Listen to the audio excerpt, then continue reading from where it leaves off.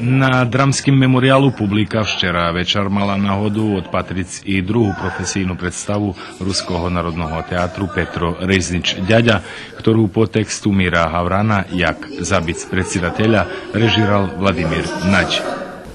Žiri memoriála za najlepšie glumecké vytvorenie u Timfalace posle dosť preceňovania zažljem nahradu dodzelil Nadi Lender. Ja môžem povedať, že toto predstava nepojedinečná. To celý ansambl priniesie, že by toto predstava vypatrala tak. I tedy, keď funkcionujeme jak jedno, tedy ima moc tota predstava. Takže to nie je moja náhrada, ale náhrada i všetkých druhých, ktorí boli so mnou.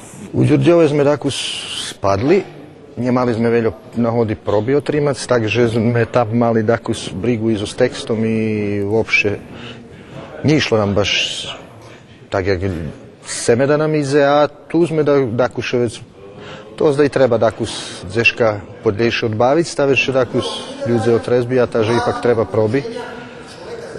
Otrimali sme da skeljo probi i vraceli sme še, dumam, že do ritmu i do atmosféry. Dneška na memoriálu na večeršej programe predstava Sivetského doma kultúry Život u cestných cipeloch, ktorú po textu Dušana Kovačeviča režirala Ana Ilič.